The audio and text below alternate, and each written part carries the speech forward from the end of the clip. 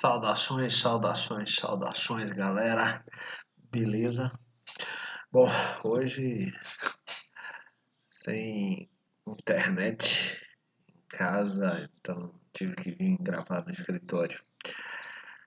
Então vamos dar continuidade aos nossos conteúdos. Hoje um capítulo sobre as teorias socialistas e o marxismo. Tranquilo? Capítulo 17. Vamos então conhecer um pouco mais sobre essas teorias. Bom, as teorias socialistas. Os tópicos que eu separei para nortearem então nosso pensamento e nossa abordagem dessa aula são esses. Então vamos começar as revoluções burguesas. Quando a gente fala sobre revoluções burguesas, duas precisam vir à nossa mente de imediato. A primeira delas, sem sombra de dúvida, a Revolução Industrial. A segunda delas, a Revolução Francesa.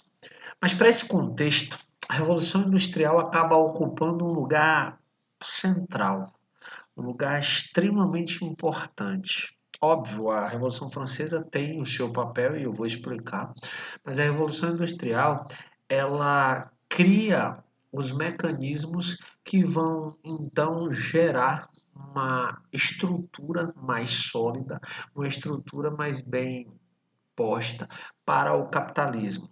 Por quê?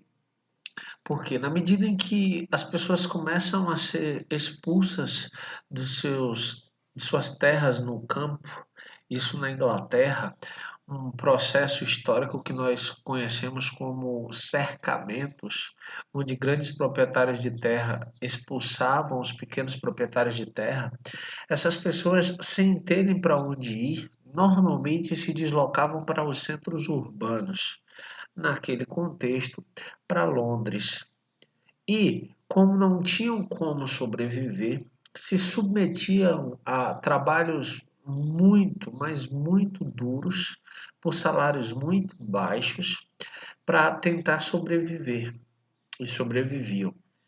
É nesse contexto da Revolução Industrial que surgem as diversas indústrias no ramo da produção têxtil. E uma parte muito ampla da população oriunda do campo, ou seja, que veio do campo para os centros urbanos, vão então ser acolhidas, vão ser absorvidas por esse mercado de trabalho que está surgindo, que é o trabalho fabril. Então, é nesse contexto que as desigualdades sociais elas começam a se estabelecer de uma forma muito gritante, de uma forma muito clara, de uma forma muito visual. E aí, alguns pensadores começam a observar essas desigualdades, esses abismos sociais, e começam então a tentar formular conceitos, teorias, debates, na tentativa de encontrarem uma solução possível, viável, para ser implementada. Aí, óbvio, algumas discussões anteriores acabam gerando uma certa inspiração para esse tipo de pensamento. Um livro que mais tarde a gente vai ver um pouco mais de atenção, mas é preciso pelo menos fazer referência a ele, é o livro do Thomas Moros, A Utopia. O livro é anterior a essas discussões sociológicas comunistas e o livro fala de uma sociedade hipotética onde todos eram iguais, onde todos tinham os mesmos benefícios, os mesmos trabalhos, as mesmas responsabilidades, todos produziam e compartilhavam tudo o que produziam. Óbvio que esse livro é uma literatura, é um texto literário onde o Thomas Moros expõe uma sociedade, mostra uma sociedade, e que ele batiza com o nome de utopia. Do grego, assim como há um prefixo de negação, topia vem do grego topos, lugar. Então, não lugar, ou seja, lugar que não existe. Esse é o significado do termo utopia. Assim como Moros batizou sua obra de a utopia, ou seja, o lugar que não existe. O socialismo também ficou associado, de certa forma, ao conceito de um modelo de sociedade impossível de ser posto em prática. Óbvio que depois de todas as experiências históricas que a gente teve do socialismo, é que a gente começa a pensar esse conceito. Tranquilo? O papel da Revolução Burguesa, no caso da Revolução Francesa, é que a burguesia que fez a Revolução Francesa, ela ascende à condição de poder político e permanece assim desde então. Ela, a burguesia, derruba o terceiro regime e assume a condição de liderança política, já era econômica, e acaba se apropriando do mundo e permanece assim até hoje. Bom, o capítulo de vocês convida a gente a pensar o seguinte: o capitalismo foi capaz de promover o progresso industrial e o luxo consumista das classes abastadas. O capitalismo produz riqueza, mas não distribui. A concentração de renda e o aumento da desigualdade são características do capitalismo.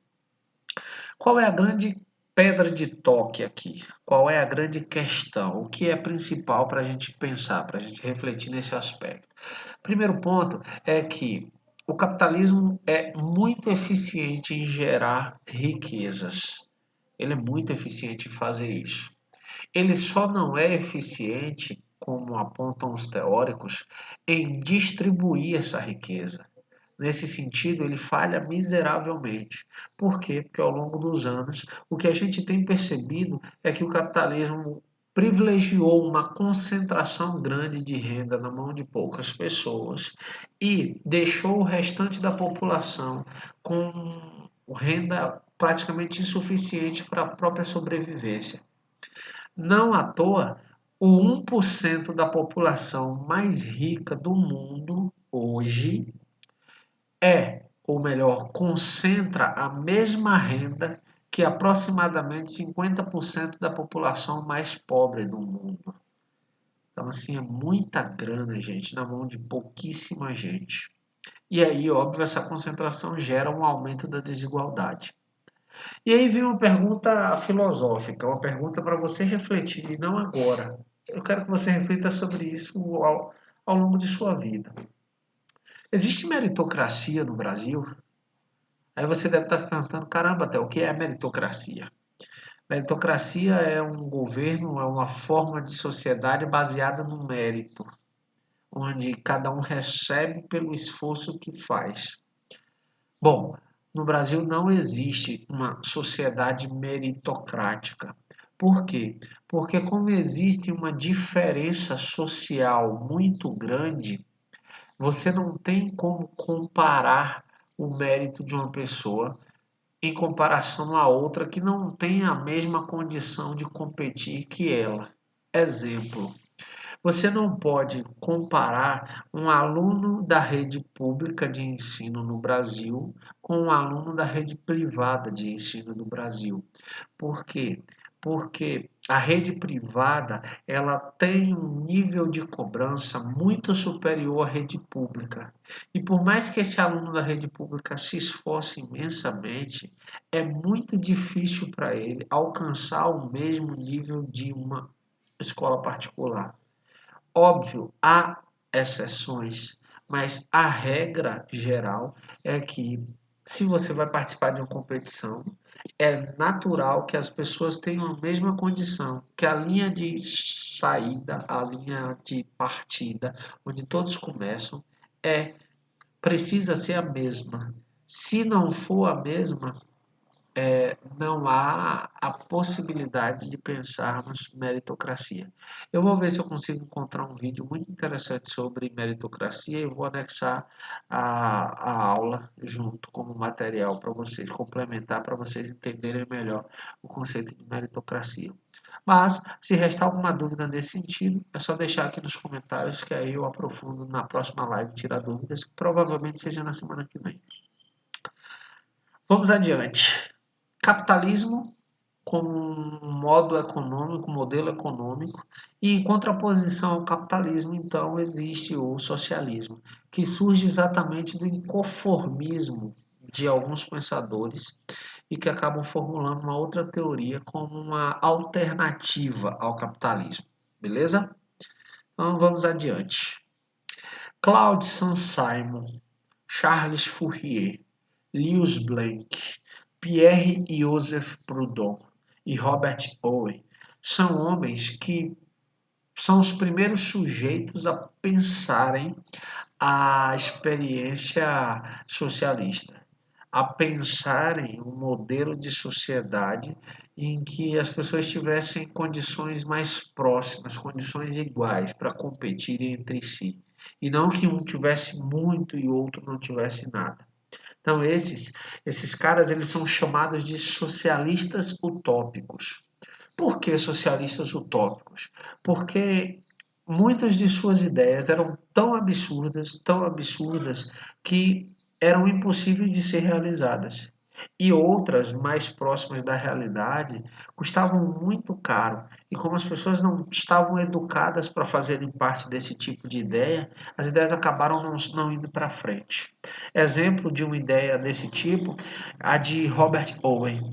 Robert Owen era um industrial, ele tinha uma fábrica e tinha muitos recursos. E o que é que Robert Owen fez? Ele tentou colocar na prática suas ideias socialistas. De que maneira? Ele aumentou para um valor muito acima do que os outros pagavam o salário dos funcionários. Ele deu possibilidade desses funcionários se educarem. Ele criou meios para que os funcionários tivessem uma carga horária menor de trabalho e que esse trabalho fosse digno. Óbvio, não deu muito certo. E aí ele quebrou com a fábrica na Inglaterra. Ele então sai da Inglaterra, vai para os Estados Unidos e lá abre uma outra fábrica com a mesma perspectiva de tornar o trabalho mais digno para aqueles que trabalhavam. A experiência dos Estados Unidos também não foi bem sucedida e Owen então quebra a fábrica dos Estados Unidos também. Então percebam, eram teorias que não se sustentavam, mas são importantes de serem pensadas porque foram as primeiras a tentar modificar aquela sociedade. O movimento socialista surgiu do inconformismo com as condições sociais geradas pelo capitalismo. Os socialistas utópicos, embora pertinentes, suas críticas eram ingênuas. Ou seja, como eu disse, eles estavam insatisfeitos com o que estava acontecendo no contexto da Europa naquele cenário. Então, eles propõem uma nova teoria, uma nova forma de abordar o capitalismo. Mas é importante, sim, porque é uma primeira crítica, mas eram muito distantes da possibilidade de realização, eram muito ingênuos. E aí, depois dele, então, dois pensadores, Karl Marx e Friedrich Engels, eles se unem, eles se conhecem, começam a dialogar, começam a pensar juntos, e então eles propõem uma teoria que vai ficar conhecida como o socialismo científico. Por que científico? Porque Marx fez um estudo organizado, sistematizado da sociedade da qual ele fazia parte e produziu um conhecimento amparado por dados, por estatísticas, por estudos aprofundados, e não apenas em uma observação superficial e utópica. Daí o termo socialismo científico ficar vinculado ao nome de Marx, já que muitos desses estudos poderiam ter sua verificação realizada para a análise dessa conjuntura, ou seja, desse modelo social que Marx analisou, as desigualdades presentes na sociedade europeia daquele contexto. Marx via o capitalismo como um câncer, como uma doença nociva que iria destruir as relações sociais. E Marx acreditava verdadeiramente que a única forma de superar o capitalismo é quando os trabalhadores que eram explorados pelo capitalismo, quando eles tomassem consciência de que eram explorados e se organizassem em grupos para realizar uma revolução e assim derrubar o capitalismo. Então, quando os trabalhadores tomassem essa consciência, eles organizariam uma revolução. E quando você para pensar, mas uma revolução, é só pensar o conceito básico de revolução. Revolução vem da palavra revolver. Revolver, tirar o que está embaixo, colocar em cima. Então era mudar a perspectiva da sociedade. Tranquilo? Então vamos adiante. O que essa revolução propunha?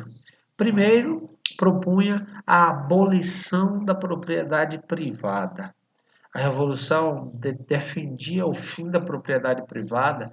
Por quê? Porque Marx acreditava que o que gerou o caos social, o que gerou as desigualdades sociais, foi exatamente a criação da propriedade privada. Para ele, o início da propriedade privada, onde uns têm e outros não têm nada, foi o que gerou esses abismos sociais, foi o que gerou esse desconforto de vida na sociedade.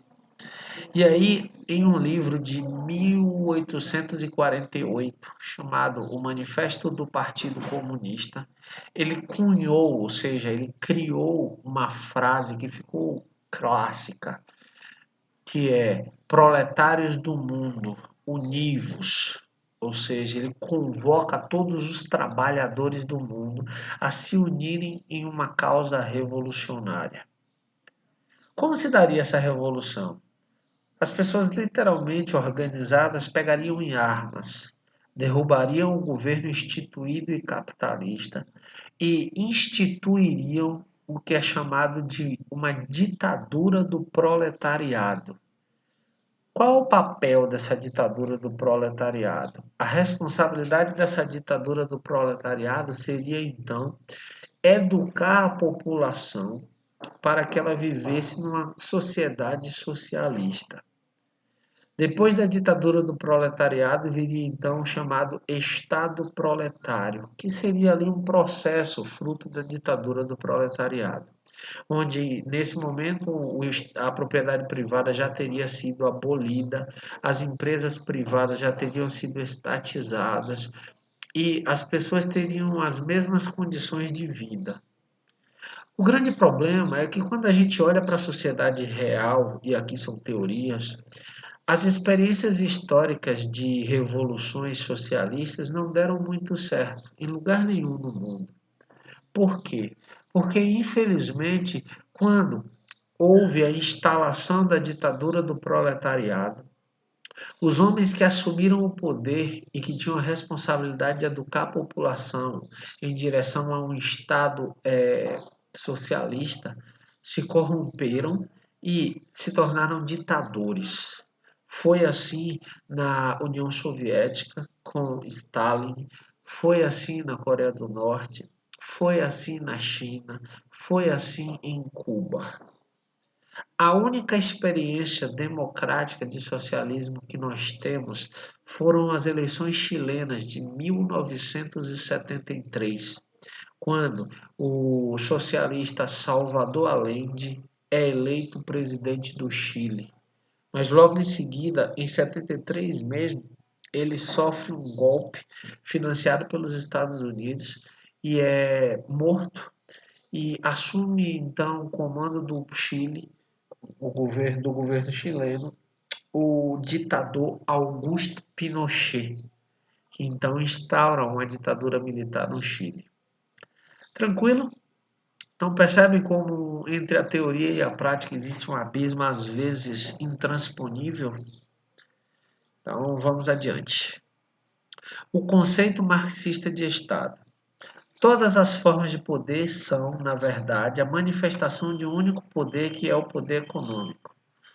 Ou seja, para Marx, todos os interesses que giram dentro de uma sociedade, eles ocorrem em função de algo, que é o capital, que é o poder econômico. Nascia a propriedade privada e a distinção entre proprietários e não proprietários. Era o que eu disse lá atrás. Para Marx, todo problema da sociedade estava na origem da propriedade privada. Por quê? Porque para ele haviam aqueles que possuíam propriedade privada e os meios de produção, ou seja, as ferramentas para se produzir, e haviam aqueles que não possuíam nada, a não ser suas próprias vidas. E o que fazer para sobreviver? Vender o tempo do seu trabalho em troca de sobrevivência. Então, é daí que surgem, então, para Marx as duas classes antagônicas, ou seja, contrárias. Os burgueses, que são os donos dos meios de produção, são os donos da terra, são os donos das fábricas, são os donos da maquinaria para a produção na fábrica. E existem os proletariados, que são os trabalhadores, que como não têm posse de nada, a não ser de suas próprias vidas, precisam vender a sua força de trabalho em troca do pouco dinheiro que vai garantir uma sobrevivência, por mais básica que seja. Tranquilo? Mais-valia é a diferença entre o valor produzido pelo trabalho e o valor pago pelo trabalho. Esse é um outro conceito do pensamento do Marx, um outro conceito do pensamento marxista. O que é que esse conceito diz? Esse conceito diz que a mais-valia representa a diferença entre o que se gastou para produzir algo e o valor pelo que aquela mercadoria é vendida. E é deixado de ser pago ao trabalhador. E isso vira o lucro do burguês. Eu vou explicar de forma simples para vocês entenderem. Imaginem que você trabalha numa fábrica e você faça sapato. Para Marx, o ideal seria que, vamos supor que você gaste R$ 1 de material, de matéria-prima, para confeccionar um sapato. E você gasta 1 hora para produzir um sapato. Então, você gasta R$ 1, que é a matéria-prima, investe R$ 1 de matéria-prima, e o trabalhador gasta 1 hora para produzir um sapato. E aí esse sapato é vendido por R$ 10, vamos supor. Então, para Marx, dentro de uma sociedade socialista, o trabalhador deveria receber o proporcional ao seu trabalho. Então, se ele trabalhou por 1 hora construindo um sapato e o sapato vale R$ 10, ele deveria receber R$ 10. Mas o que é que acontece? O burguês pega essa estrutura e vai fazer o seguinte: a matéria-prima custa R$ 1. Ele paga por dia de trabalho, por uma jornada de 8 horas de trabalho, ele paga para o trabalhador, vamos supor que R$ 1 por hora. Então, ele paga R$ 8 por dia de trabalho. E o trabalhador produz um sapato por hora. Então, não percam a linha de raciocínio. A matéria-prima de cada par de sapato custa R$ 1. O trabalhador recebe R$ 1 por hora, R$ 2, o somatório. E ele produz um sapato por hora. No final do dia, ele terá produzido quantos sapatos? Trabalhando 8 horas por dia, 8 pares de sapatos. Ele produziu 8 pares de sapato que serão vendidos a R$ 10 cada par. Então, o dono da empresa gastou R$ 8 de matéria-prima e R$ 8 de despesa com o trabalhador. Então, R$ 16. E tem em mãos 8 pares de sapatos, que serão vendidos a R$ 10 cada, ou seja, ele vai arrecadar R$ 80. E aí, esses R$ 80 ele vai tirar 16 para pagar a matéria-prima e o trabalhador e vai ficar com R$ 64. R$ 64 é o lucro que ele teve. Para Marx, isso se chama mais-valia. Por quê? Porque a diferença entre o que foi gasto para a produção e o valor que essa produção arrecadou. E aí o burguês fica com esse valor e o trabalhador é explorado, porque ele não recebe o que ele deveria. Então, para Marx, isso é um erro. E isso deveria ser deixado de lado para que a sociedade conseguisse viver em paz, viver em harmonia. Óbvio que as ideias de Marx não deram muito certo e a sociedade funciona hoje tranquilamente a partir do lucro. Ficou claro o conceito? Se sobrou alguma dúvida sobre esse conceito, anota no caderno que eu tiro na próxima live, na próxima semana. Bom, para Marx, então, a riqueza nasceu da exploração do trabalho alheio, que foi exatamente esse exemplo que eu contextualizei para vocês. E para ele, há, ao longo de toda a história da humanidade, uma luta entre classes.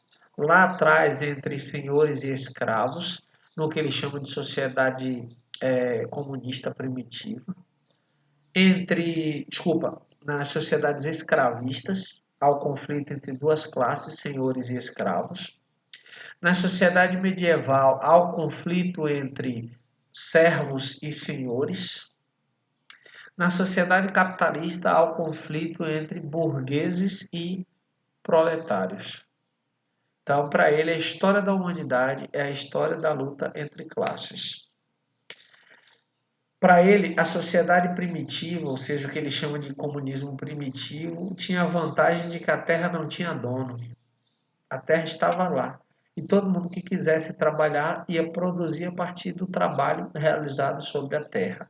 E todo mundo tinha acesso às mesmas coisas. No entanto, com o advento da propriedade privada, o Estado se estabelece e usa da força e da alienação para submeter as pessoas. Da força através de que forma? Através do braço armado do Estado. Quem é o braço armado do Estado? As diversas polícias. É ela que tem a legitimidade, ou seja, o direito legal de usar a força para conter, para manter a ordem. Só a polícia, as diversas polícias, têm o direito legal, ou seja, perante a lei, de usar a força. Nenhuma outra instituição, nenhum cidadão pode usar a força para resolver qualquer que seja o problema. E a alienação através principalmente da ideologia e da propaganda.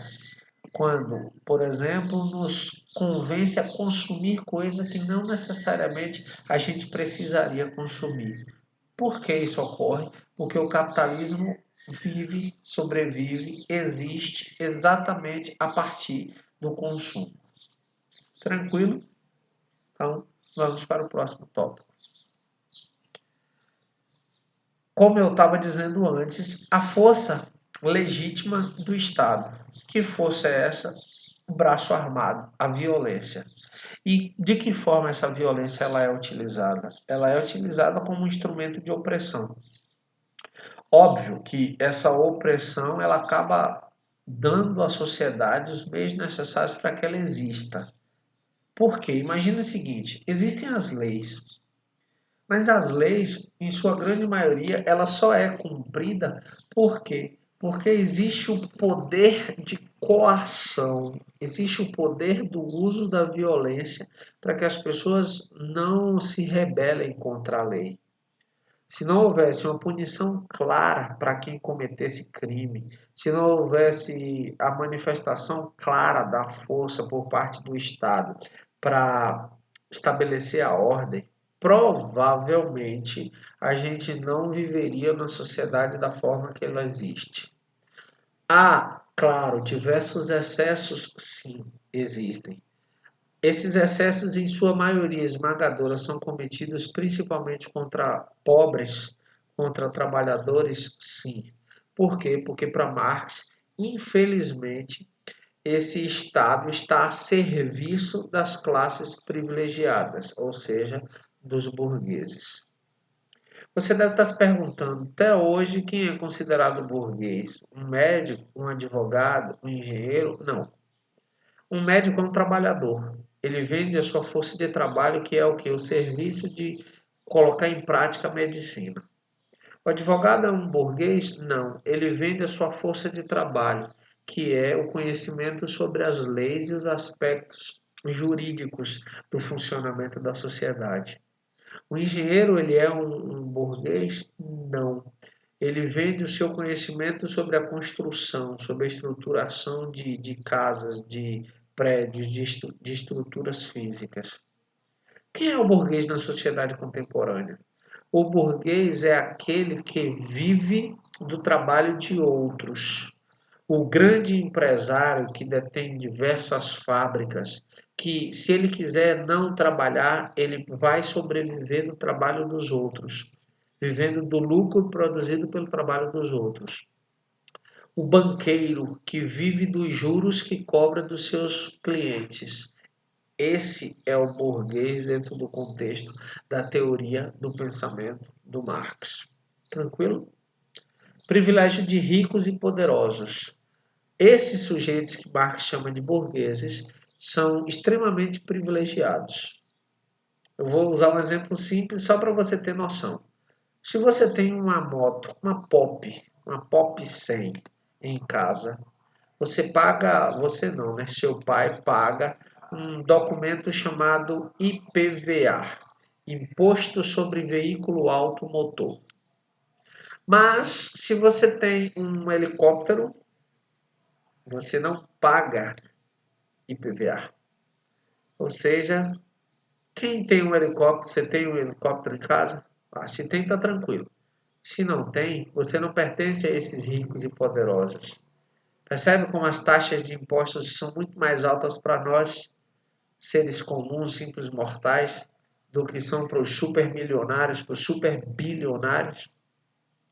Então, é dentro desse contexto que Marx propõe sua teoria. É dentro desse contexto de luta de classes em prol de uma sociedade, no mínimo, mais humana, mais digna, mais frutífera para as realizações do ser humano enquanto tal. Eu espero que você tenha entendido esse debate, essa aula hoje. Responda as atividades do capítulo. Dê uma lida no capítulo para começar a formular algumas ideias acerca do tema. Esse é um tema recorrente porque a gente acaba passando por ele novamente em filosofia, tanto quanto em sociologia, em todo o ensino médio, porque são discussões que ainda estão presentes em toda a sociedade e precisam ser pensadas o tempo todo. Então, por hoje é só. A gente se encontra na próxima live, tira dúvidas, na próxima semana. E eu deixo para vocês um forte abraço e tchau, tchau. Até mais, galera.